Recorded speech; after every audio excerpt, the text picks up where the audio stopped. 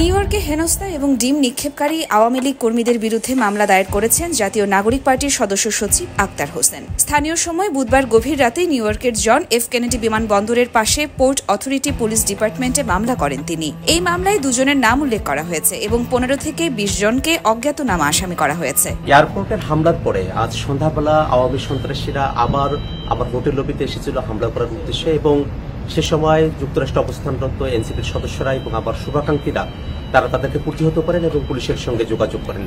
পরবর্তীতে police investigation officer তিনি প্রিসেপ্টে এসে মামলা দায়ের করার জন্য আমাদেরকে পরামর্শ দেন। তার প্রেক্ষিতে আমি এয়ারপোর্টের খুব কাছের যে থানা পুলিশের রয়েছে সেখানে এসেছি এবং যারা সেই দিন আমাদের উপরে হামলা করেছিল এবং হত্যা চেষ্টা করেছিল, ডেথ থ্রেট দিয়েছিল, তাদের ব্যাপারে আমরা এখানে মামলা দায়ের করেছি।